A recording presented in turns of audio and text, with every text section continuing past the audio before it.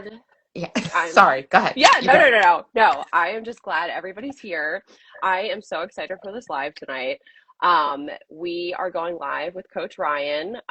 His name is Ryan Holly. If you don't follow him already, you need to follow him. He's amazing. I have a personal connection to his work because I went through a really bad breakup last summer, and I was telling a friend of mine, like, kind of some of the scenario that of the things that happened. I was kind of abruptly discarded by someone that, like, I fell for really hard after divorce, and I was really blindsided. And my friend was like, "You need to follow Coach Ryan because I think that what he says is going to resonate with you." And I was like, "Oh, okay, all right." And I just watched like a couple of your videos, and I was like, "Oh my gosh, this is like spot on to like what I'm experiencing." And just the advice that you gave about choosing yourself, and the thing that we're going to talk about tonight, which is boundaries, Hmm. how important and how crucial they are, like not only in a toxic relationship, but also like while you're healing from one. Hmm. And so, I'm just really, really excited to have this conversation with you because I think that this is going to resonate with so many people who, are navigating life after divorce, and then they might find themselves in another relationship that has, maybe it's not exactly like their marriage, because I know that my first relationship post divorce was very different from my marriage, so I thought I was safe in a sense. But a lot of times we are still ill prepared at recognizing these patterns. So, we're going to talk about why we repeat these unhealthy Hmm. patterns and how boundaries can finally help us stop the cycle. So, without further ado, welcome, Coach Ryan. We're Thank you very so much. excited to have you. Appreciate it. Yeah. So, we are going to leave some time at the end of this for questions for Ryan. So, if you guys can hold your questions until the very end, that would be great. We'll do our best to kind of mine the comments and make sure that we make a note of them. But just in case, it would probably be best for you to just hold off until the end. Um, so, yeah, Bethany, is there anything you wanted to add before we launch into this Yeah, interview? I mean, well, we do love when you all interact and like, you want to drop hearts, to let us know that like you've experienced unhealthy patterns, and like boundaries is something that, that you want to learn how to use to stop the cycle of that. So just if this resonates with you, however this topic resonates with you, I think we're, definitely put that in the comments, because one of the beautiful things about the lives is that people start connecting and having conversations within the conversation, which is is really nice. But I think we can see the range of what this experience is like, and that you're not alone in it. I think that Yes. that is the core mission of Sincerely Divorced, is to make sure people know that they're not alone. So when you share that, or you share how it impacts you in the comments here, you can all see that, and we can see it too. So Yes. It's yeah, community in action, and we love that. yeah.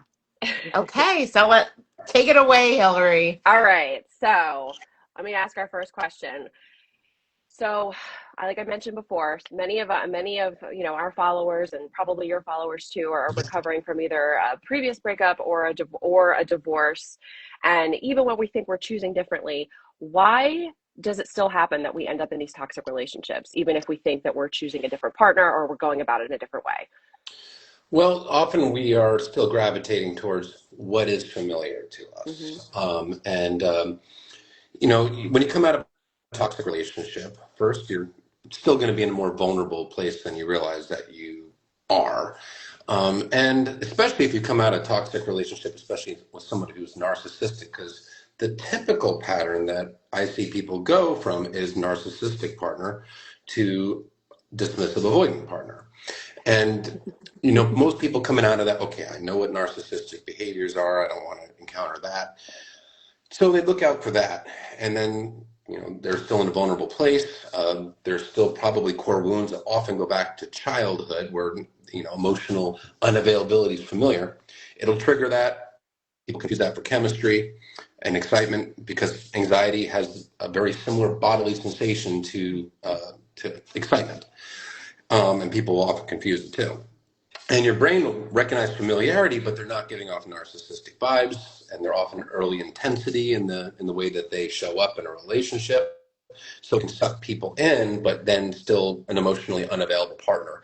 So especially if you have core wounds from childhood, if you had inconsistent love from your parents, someone who's emotionally unavailable will still feel familiar to you and draw you in. Until you are consciously aware of that, people will often find themselves gravitating towards partners that are inevitably going to confirm those wounds, abandonment, rejection, and things like that. And it's something that a lot of people go through. Actually, when I deal with people that have gone through multiple relationships with narcissistic partners, they go the pattern. They go from narcissistic partner to dismissive avoidant partner, and I myself have gone through that in my own personal life. That was part of the journey that got me to where I am. I had a marriage to someone very, very narcissistic, and I came out of that. I knew what that was. I didn't want to deal with that. Got sucked into the dismissive avoidant dynamic because I didn't know what boundaries were. This is my past life. I didn't know what emotional availability was. Learn the lessons, but it can pay off. The thing is, you can change the pattern. You can change it. You don't have to make the same choices. If you learn from it and you use discernment, you see if this person has emotional depth, the ability to self-reflect, take accountability, you can absolutely form a much different path. It's never too late. And again, I use my own personal life as an example. After going through all that, I ended up meeting the love of my life, Lindsay. The best thing ever happened to me, but I wouldn't have gotten there if I didn't learn the lessons. And when you get to that place, when you get to that relationship with a partner that actually genuinely loves and cares about you, you'll find that it was all worth it. All the stuff you went through, it was worth it. So you can't give up. People often like, oh, there's no one good out there. No, that's not true. But you need to start using discernment. You need to start choosing yourself and not self-abandoning and holding boundaries and things like that. But my point is I want to give people that hope, because it's not this hopeless thing where everybody's out there is toxic and emotionally unavailable. There's good people, but you got to know how to get to them. Ryan, I have a quick follow-up question. Can you talk more about like why we would go, or why people go from a narcissist to a dismissive? Um, like just the connection between the two. I think I would love to know more about that. So typically this pattern will arise in people that have any degree of anxious attachment, or they can even sometimes be largely secure people with anxious tendencies at times. Now, that doesn't mean this person is a completely insecure person that has no sense of self. That's not what I'm talking about. But a person that has a little bit of attachment anxiety that gets, bonded. I mean, there's not necessarily all bad things there. But a narcissistic partner, okay, they go through the devaluation phase when you're with a narcissist. They will start to withhold love and affection. They're mistreating you. They're treating you worse and worse and worse, blaming you for everything. And you're going through the love desert. It is like the Sahara Desert of love. You're getting dehydrated of all the love and validation that a person naturally needs in a relationship. And you come out of that and you're like, oh, that was awful. I never want to go through that again. And you are in that more vulnerable state because you just crawled through the desert. Now, our nervous system finds a comfort in familiarity, even with what is familiar is not good for us, right? One, you have the narcissistic experience. That's a person that you had to earn love. That's a person that's inconsistent. That's a person that's emotionally unavailable. Then add in the factor that a lot of people had a parent that was inconsistent with love. Dismissive avoidant comes along. They appear like they're the first cool oasis in the desert, and like, they come on hot and heavy, but they're not giving off narcissistic vibes. So Right. you know what a narcissist is. They're not showing up like that. They're pouring it on, but you're so vulnerable. You're not even realizing you're vulnerable, but you are. That you're not even realizing it's dirty water. And Gotcha. by the time you actually, realize that it's dirty water, it's too late. You've been discarded. Yeah, you're hooked. You're Because I hooked. know that that's exactly what happened to me. Like the first relationship I was in post divorce was like it couldn't be more different than my marriage, right? And like I mean it was a lot of love bombing, and I was there for it though. Like I was just like, yes, love. I mean, I obviously I didn't know it was love bombing at the time, but I was like so there for it. I was like, yes, yep, I love you after 3 weeks. Yeah, that's totally normal. Like because I was just so like starved, Dehydrated. Yeah. dehydrated from like I had all this like love that I like wanted to give, and I finally like felt like I found a partner that was appreciating it and was seeing it and all the things. And when it was happening, it felt like a drug. Like it was It is like a amazing. drug. It is Yeah, like a drug. Your brain's actually getting flooded with dopamine and oxytocin. right. And it is a drug. It's euphoric. But here's the kicker. When you are in that intense early love bombing phase, which is also with the dismissive avoidant is also known as the shared fantasy because it is a fantasy. It is not real. Their Right. wounds haven't been triggered yet. It's a fairy tale, a romance novel. It is not real to them yet. They are getting flooded with dopamine too, but they are not getting flooded with oxytocin. They Mm. have internal walls, and plus the profound emotional neglect in childhood that they experienced, they were not exposed to oxytocin. And science has shown that their oxytocin receptors in their brain are not fully formed. Now they can grow, and they Interesting. can. The brain has amazing neuroplasticity. It can grow. It's not a pathological condition such as a personality disorder. But until they do that work, which is largely done through consistent change in behavior and thought patterns, they are not really fully able to bond to a partner the way that a more emotionally available person is. So you are bonding to them with that oxytocin. It's the bonding hormone. They're not bonding to you. They're riding the dopamine, but the brain simply cannot sustain the elevated level of dopamine.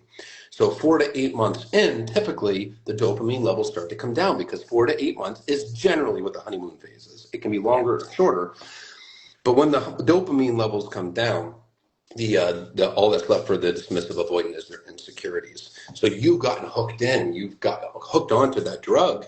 Well, now they're either different or they're exiting, they're pulling away, but you are bonded. And people tend to hold on to that early version, hoping that'll magically come back, but it never does because that was only a fantasy. Yes, absolutely. And can we go back to the oxytocin comment? So, how does that, okay, so how can you tell us again, like kind of go over again how that goes with like their childhood and their attachment style and all that and how that comes into play and how that's all related? Absolutely. Oxytocin is the bonding hormone. Human beings are naturally bonding creatures. We bond to children, we bond to pets, we bond to parents, we bond to friends and our partners. And early in life, when parents are giving a child love, there's bonding, right? Now, I think a good explanation for this is the wire mother, cloth mother experiment that was done on attachment. And what they did was they took a bunch of newborn monkeys and they separated them from their mothers. And they gave them two mothers, but they were artificial mothers. One was made of like wire, like clothes hanger wire, not very warm, not cuddly, very cold, unwelcoming. But that mother gave nutrition. I believe it was milk.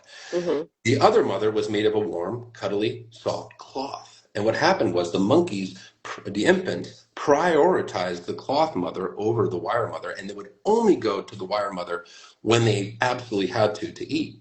So what it went to show is that infants, even of other animals, but human beings are no exception, will prioritize emotional safety over substance, over other needs. Now, dismissive avoidance, they never had the cloth mother in childhood. All they ever got was the wire mother. There was never any emotional safety. It was profound emotional neglect. Their basic needs met, their emotional needs not met. They were never exposed to love and warmth and emotional safety. So when they get it as an adult, it feels deeply unsafe to them. Even though they want Interesting. it, they can't sustain it because they don't have the capacity. Huh. And I so wish you're, people. Oh, I'm sorry. I wish no, go people ahead. would. Go ahead. I was. I mean, this is not really contributing, but I wish people could wear a name tag that says dismissive, dismissive avoidant, and or that people even knew that about themselves. Because I think that like one of the things Hillary and I talk a lot about. I don't think that I'm like dismissive. I think that I may have some avoidant tendencies, but like awareness. I mean, I think that there's two things, right? For people that might be in this conversation, right? Like one, if you think you might potentially be an avoidant, right? And how you go about disclosing that, navigating that. But then the other piece of that is for people who have been hooked by an avoidant, how do you get them out of your head? Because, that oxytocin, and maybe that's the next natural question before we move on to what if you happen to be one. But how do you kind of quit a dismissive avoidant? Because it really feels like you get put through the ringer. I mean, just You do. watching what Hillary went through was really difficult. It'll wreak havoc on your nervous system. And what they will do with their intermittent reinforcement is they will hijack your brain's dopamine reward system. And it turns your brain into an addict brain. So Wow. For example, the same as a gambling addiction. They're kind of like the slot machine partner. You occasionally win, euphoria, yay, my needs are getting met, but then you're losing, losing, losing. But the subconscious brain starts to view them as the only way to get back to that happy, feel good place. Because when they do give you breadcrumbs, because that's what they do once the relationship progresses, they can't really give you the full meat and potatoes, but they give you the breadcrumbs. And every breadcrumb comes with a euphoric dopamine rush, and it's the highs and lows, and it really creates an addiction. And that's an addiction that's really largely anxiety and dopamine rushes. That it's really unsustainable for the nervous system and long term. But it can feel magical when it's good, but it's really not. It's just your brain is completely hijacked. But the way you get over that is not any other addiction. You have to quit in cold turkey. I mean, you have to hold your boundaries, which are your limits of what you'll subject yourself to, because you can't control another person. And best thing you can do, block them. And I talk to a lot of anxious people that are hooked on the dismissive, and they have such a hard time blocking them. That's the only way, because the cycle will never stop, because they're not going to magically just change. You cannot earn love from a person that has yet to build the capacity to give it. And you can't be good enough to make them love you when they don't have the ability to do so. Can they learn to? Yeah, that's up to them. But you trying harder and self-abandoning more, it doesn't give you the. Oh, did we lose sound? We lost your sound, Ryan. Oh, Oh, there you can go. you hear me? Yep. Okay, I got some weird notification that popped up. But best thing you can do is block, cut off that addiction. It does take a little time, but just like any addiction, when you're away from it, your brain will start to normalize, and you need to start reframing the narrative in your mind. Start reinforcing the notion that I deserve more. I don't want just breadcrumbs. I want someone with emotional maturity. I want someone with emotional depth, and start learn about this and learn about why it is that this person is incapable of being the partner that you want. Emotional maturity is a big thing. A lot of research has been done on this, and what they found is that the average emotional age of an unhealed dismissive avoidant is somewhere between 8 and 12 years old.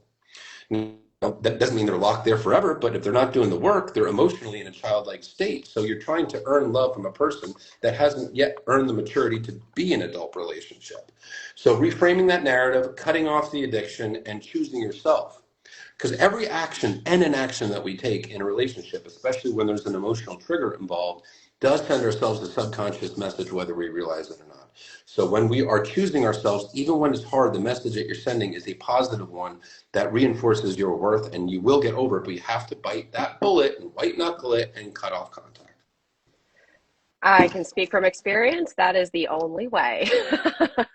That is the only way that I made progress, was when I just like you said, just completely blocked everything. I was like, you got to wipe everything. And not only was it blocking like on social media, but it was like, let me just get rid of anything that reminds me of him. Like anything that he gave me, anything that was just in my environment that was like a reminder of him. And it felt weird. Like I felt like, because I'm like, I don't hate him, like I don't, but I had to do it for myself. Like I had to do it in order to like self-preservation, pretty much, because otherwise, like you said, you're just hooked on hoping that this person is going to come around and be like, oh, I made a huge mistake, or oh, whatever. But they're not. Like they're really not. I mean, like you said, they can, but the likelihood is it's not worth yourself, or you saving yourself is more important than waiting around for them to choose to make that decision.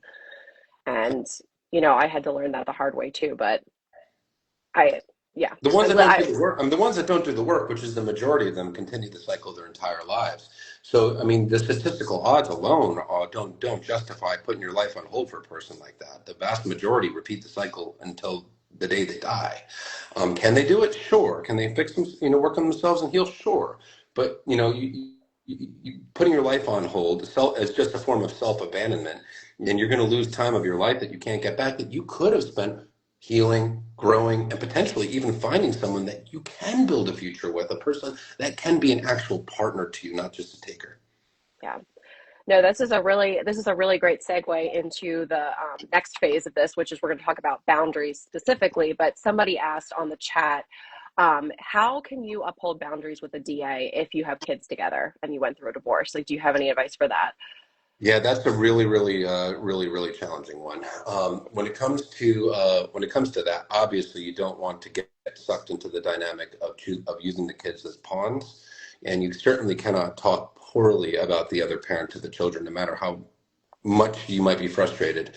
When it comes to those kind of boundaries, all you can really do is communicate to this person and tell them, yeah, this doesn't work. This is what I need. This is how I feel. This is my boundary. Mm-hmm. And when it comes to enforcement, well, you can't, if you're already divorced, you can't divorce them again. You can certainly restrict any extra access that they have to you, or any flexibility. Like, no, I'm not going to be as flexible if you're not going to respect my boundaries.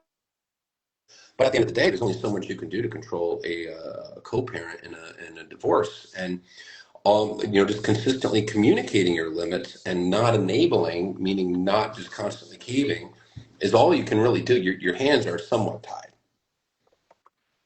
Yeah, absolutely. Um, and how, so if you, this is another question. It kind of goes back a little bit, but what do healthy boundaries actually look like in a relationship, and how do you know if somebody's can your boundaries determine if somebody's a dismissive avoidant, the way they respond to them? I mean, they can be a very good indicator of dismissive avoidant attachment, or at least emotional availability. So healthy boundaries, everybody is different, right? What one person's needs and boundaries are not going to be 100% the same as others. But here's the important thing about boundaries: they are based on your core relationship values. They're based on what you value in a relationship. And you get to determine what your boundaries are, because you're not trying to control the other person, you're controlling your side of the street. Ultimatums will be trying to control the other person. So, for example, if you don't spend more time with me, I'm leaving. That would be, you must do this or I'll do that. That's an ultimatum. The boundary version would be, I can't be in a relationship with a partner that doesn't spend any quality time with me. This focuses on yourself. Now, what's healthy is really ultimately what works for you, but I think there's a really good exercise to do on boundaries to get in touch with what your boundaries are. But and it's, when you take a little time, take pen and paper, think about how you want to be treated, how you show people. What are things that you walk away from, but what are things that you wouldn't walk away from, but maybe don't feel good, or things that you don't want to put up with, things like that. Reflect on past relationships or current relationships. I mean, there's no wrong answers. You get to determine what your boundaries are. Obviously, the more restrictive, the harder it's going to be to find a compatible match. But basic things like, I need somebody who's consistent with communication, not hot and cold or disappearing for days, or I need somebody that values quality time, or I need someone that, speaks to me or treats me with respect. Those are very basic, normal, healthy boundaries. I don't want to be cheated on, another good one. And when you come up with this list of boundaries, just take it one step further. Ask yourself why for any given boundary. So say, for example, the boundary is, I need somebody that is consistent with communication. No hot and cold disappearing act for days. Doesn't mean they need to blow up your phone all day. Just means that, they need to be reliable. Well, ask yourself why. Why? Because consistency, communication builds trust and closeness. Trust and closeness. There you go. Those are two core relationship values behind that boundary. It Mm-hmm. is what you value in a relationship that crafts your boundaries. It's a really good way of defining who you are to your partner based on what you value. Shared interests are great. That's not enough to keep people together. Interests shift and change over time. And we both vote for the same political party, or we both have the same views on religion. Great. But if you want closeness, they want distance. If you want honesty and they lie, if you want respect and they're disrespectful, the other stuff doesn't even matter. You got to share the same core relationship values. And that's where your boundaries come into play. But when you have no boundaries, you're essentially saying, all my values don't matter to me. I just need your approval. That's self-abandonment. And you're a blank slate, and they can apply whatever they see fit to you. So healthy boundaries are really what's healthy for you, meaning, how do you want to be treated? And it's a healthy boundary if it's based on what your limits are and how you want to be treated. If you are basing it on trying to control the behavior on the other person, it's not a healthy boundary. That's really good. I mean, because I mean, one of the things that we talk about in dating after divorce is the importance of having those conversations in the very beginning about what you value, like normalizing that, because that is Yes. not something that we're necessarily taught to do. You know, Right. we're taught to respond to the oxytocin and the butterflies and the, oh, they're attractive and there's chemistry and, you know, but and right, figuring out, oh, we like the same team and do we like the same kind of food, like, you know, those are all the things that we're conditioned to What's find your out favorite about, color? but not the values and, you know, and the boundaries. And I imagine probably most DAs, if a person sits down and approaches them with, this is how I want to be treated, these are the things that I They're, value, that they're that, going to that leave a probably road strip of rubber on the road so fast before you start talking. I mean, you're like, what? Where'd you go? yeah. No, but it's true. Ghost. And by the way, you mentioned butterflies. I just want to add, butterflies are often a red flag, especially if you have a history of anxious attachment. Interesting. Yeah. Because feelings and emotions are actually two different things. We all use the words interchangeably, but they're not the same scientifically. Emotions are your thoughts. Feelings are the bodily sensations that coincide with an emotional trigger. Now, this is where this is where our brains will play tricks on us. The subconscious mind will often quickly pick up on emotional unavailability and a lack of emotional safety in a person on a first second date. And what happens is it triggers anxiety. But anxiety, rapid heartbeat, jittery palms, sweaty hands. Guess Mm. what? It's the same bodily sensation as excitement, butterflies. So often people think that this is chemistry and butterflies and excitement when it is their subconscious mind, which remembers a lot of things that we don't consciously remember, warning them to run away from this person because this person is not emotionally safe. So butterflies is actually usually, in most cases, a red flag. Healthy chemistry is different. Healthy chemistry is not jittery. It's not butterflies. It's like you're drawn to this person, like you enjoy them, you're looking forward to them. You know, you feel it's almost like you feel at home with them, but it's not. But the butterflies is warning. So interesting, because that is not at all what we Yeah. see in movies, what we hear about, and all the things. And it's no wonder we're all like misfiring and like ending up with the wrong people because we're not looking for the right things. So yeah, no, I think that this is great. And I think that this is also important for us to know how to not confuse, like if we're entering into a new relationship and you know we feel the butterflies, or which could be a red flag, but what are some other things that we should look for in that early phase where there's likely to be those butterflies, or there's likely to be those that dopamine rush, and the Yes. what are how do we know? Well, first of all, butterflies in of itself, while it is often a red flag, can't 100% just go by that because you could just be nervous, right? So there is that aspect, but it's just something to pay attention to. Now look for seeing how the other person shows up. Now, the best thing that you can do right away before you really invest time into this person, because there might be red flags that pop up on the first or second date, but the best way is just to ask some questions, right? One of the good question, for example, what does a healthy relationship look like to you? By the way, asking these kind of questions, it's going to often be off-putting to an emotionally unavailable person. They don't like that. They want the surface level questions. They might give noticeable discomfort when you're asking questions about emotions and relationships, or they might make a joke and try to circle it to something light. But ask these questions. And first of all, the answer from a healthy person is going to be, there's a lot of good answers, but it'll probably be something along the lines of, well, healthy relationship, open communication, conflict resolution, deep intimacy, physical, emotional, deep bond, right? Growing, learning together, things like that. And there's, lots of different things that can be healthy answers. But the red flag answer to look out for, which is almost going to be the answer for every dismissive avoidant, it should be easy. It should be light. It should be fun, natural flow, no drama. In other words, the fantasy relationship that doesn't trigger their wounds. No emotional intimacy, no deep emotions, because they call that drama. No conflict, no expectations. If they say easy relationship, walk away. Do not date this person anymore. Healthy All right, relationships are storing it not away. easy. They're not easy. They take work. It is rewarding work. It is worth the work. But it's life. There's always challenges, right? You're never going to 100% agree with someone 100% of the time, but you need a process to be able to actually communicate and resolve stuff. When they're saying easy, they're saying, I can't do conflict or communication. Walk away. That's not a person that can do a relationship. Wow. Another Yeah. one, good question to ask, is love a feeling or a choice? These kinds of questions. If they say feeling and a choice or choice, both good answers, right? I mean, because love, definitely part of it is the choice. That daily choice you choose to choose that person, to prioritize them, to empathize with them, to care about them, choose them. Not just when it's easy, but when it's hard. But if you say feeling, and by the way, not all, but most dismissives will say feeling. Well, that means that this is a person that likely doesn't know the difference between love and infatuation, because the feeling absolutely can be maintained with the choice. But if you don't make the choice to choose that person, the feeling will fade.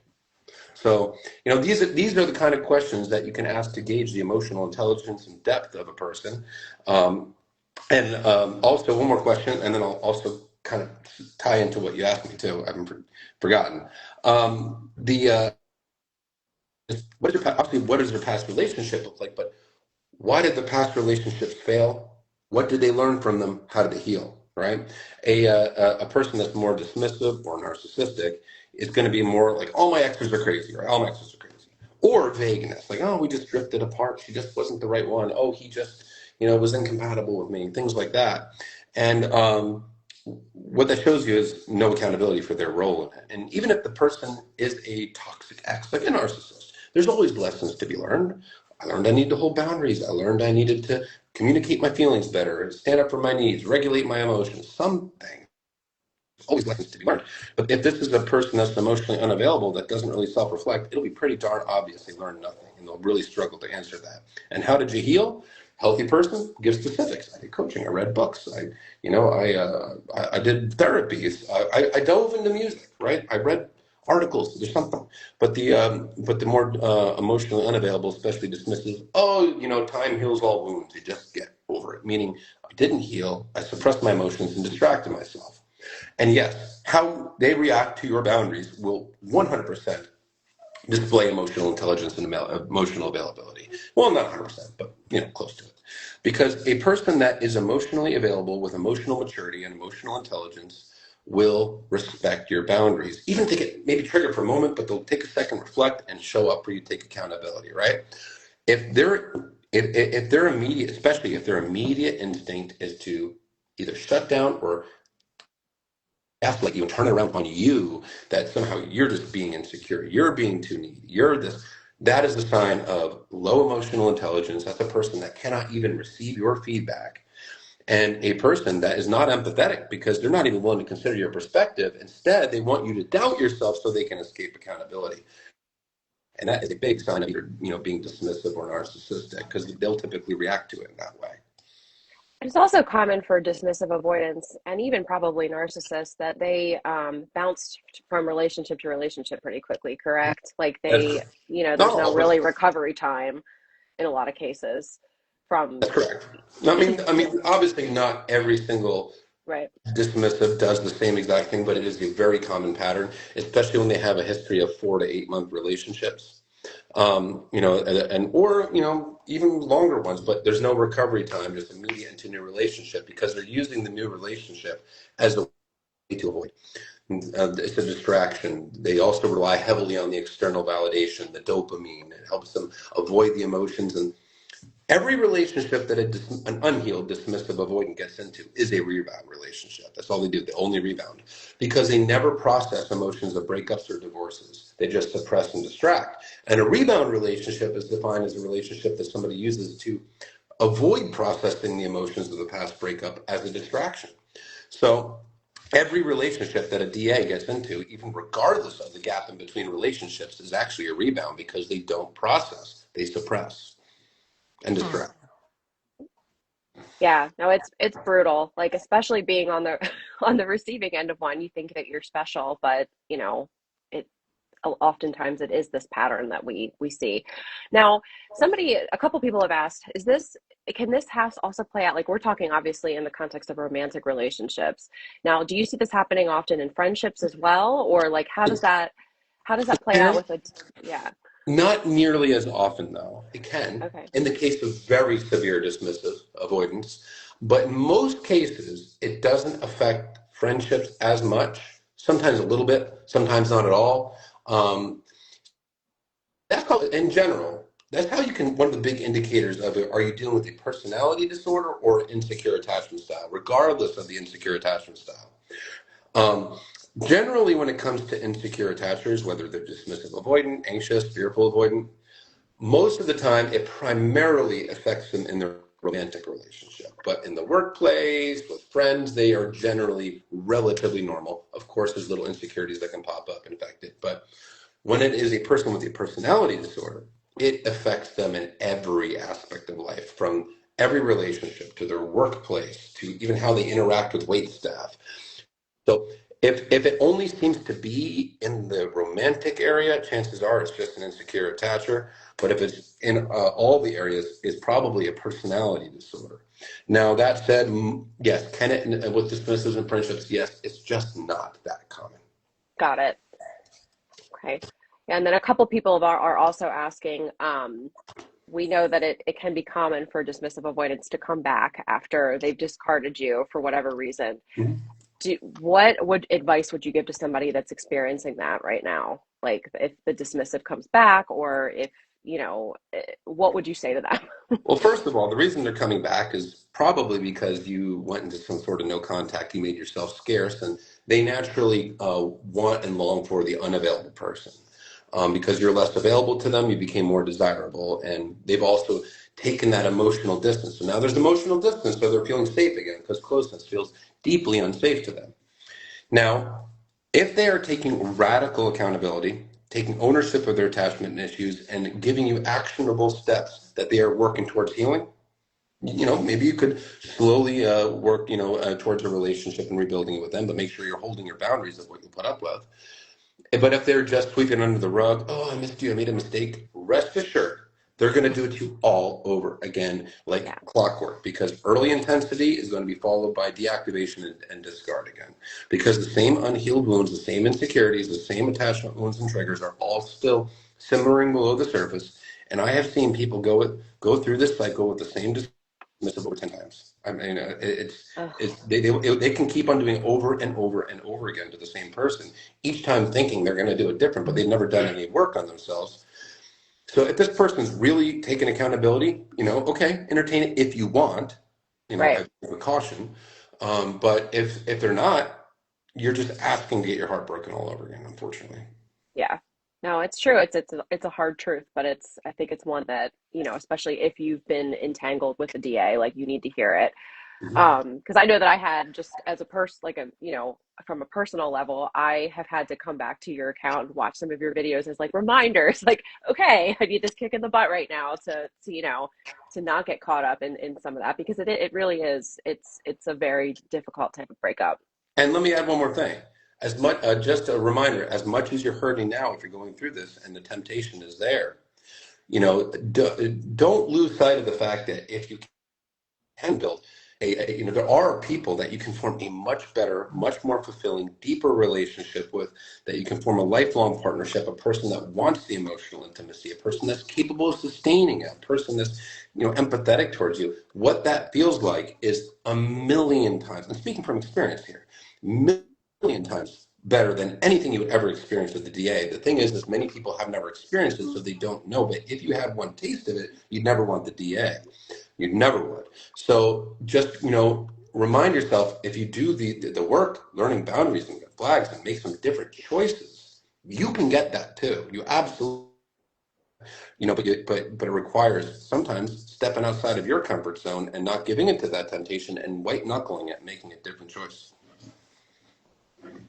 Well, Coach Ryan, I do want to get back to, I alluded to it earlier, but the idea that, how might a person know? I mean, from this conversation, I think I can glean a little bit about that I could be avoidant. Not really sure what type, but how do people identify those qualities in themselves? and then like take steps to work, towards healing those things that are creating that type of attachment. Okay, well, first of all, attachment styles are just learned behavior, and any learned behavior can be unlearned and replaced with something different. A lot of attachment behaviors are very reflexive, right? Like when there's a trigger, and if we get anxious, a lot of that stuff is very reflexive, right? It's not necessarily always indicative of who you are. It's what you've learned to do. Now, of course, there are things that are absolutely choices, like cheating and things like that. You can't just blame that on attachment style. That's character stuff. But now that said, if you recognize that within yourself, okay, questions to yourself. Do I have a pattern of starting to lose interest in partners between 4 to 8 months? Have I really ever taken accountability for breakups? Do I run away from difficult conversations, or am I willing to have them? Do I resolve conflict, or do I run from it?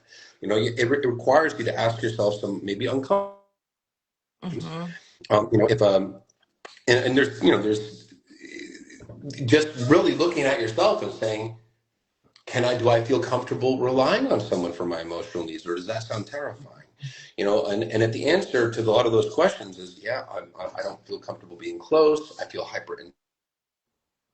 getting close, feel smothering, I tend to run away from relationships 4 to 8 months in, okay, you might be a dismissive avoidant. You might be a dismissive avoidant. What I also find too is that a lot of people that think they're anxious attachers are actually fearful avoidants, because and anxious attachers and fearful avoidants, they both have an anxious preoccupied attachment style, but the fearful avoidant also has a dismissive avoidant attachment style. Now, it shows up much differently than a regular dismissive avoidant. The triggers are different, the fears are different. The core wound is betrayal, the fear that love equals pain, that anybody they love is going to hurt them. But they often do find themselves in relationships with dismissive, always feeling anxious. But a good indicator of that is, okay, well, how do I handle conflict, right? Um, True anxious preoccupied will often avoid conflict like the plague. Fearful avoidant, if you try to figure out if that's you, are you the one that starts? Are you more, are you more hypervigilant? Hypervigilance is a key of that. But but the thing is it all can be healed. Anxious attachment, fearful avoidant, dismissive avoidant, and it doesn't mean you're a bad person.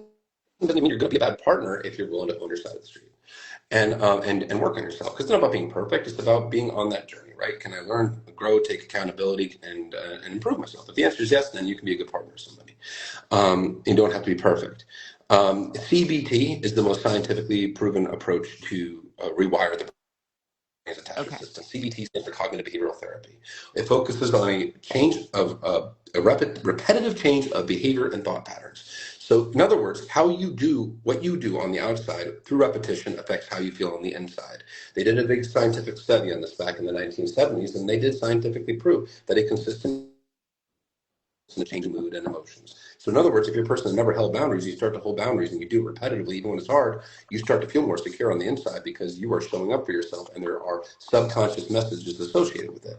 So if you essentially fake it till you make it really does work with attachment. If you behave as if, okay, what would the secure person Huh. yourself to do it? The more you do it, the more natural it becomes, and you're forming new neural pathways over the old ones and rewiring the brain's attachment system. And it's effective for all insecure attachment styles. And they all tend to respond the same way. You're rewiring that nervous system. Wow.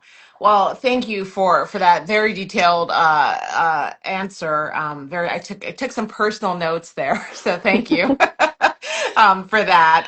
As we wrap up, I just want to say this conversation was so needed.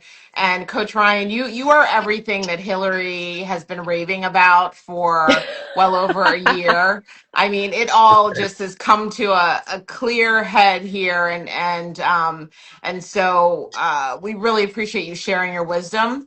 And if you could let everyone know where people can follow you, because if you found this helpful, and I'm certain that you did, you want to Yeah. follow Coach Ryan if you don't already do so. So if you can let him know, right, let him know, Ryan, that'd be great. Yeah, you can find me on Facebook or Instagram under Coach Ryan or Coach Ryan Holly. It's on Instagram. It's the verified account. And you can find me on TikTok under Coach Ryan, and on YouTube under Coach Ryan. So I'm on all 4 of those platforms. Sometimes there are copycats out there, but when in doubt, check the follower count. I post the majority of the content on all the platforms. So if you're watching me on one, you're getting my stuff.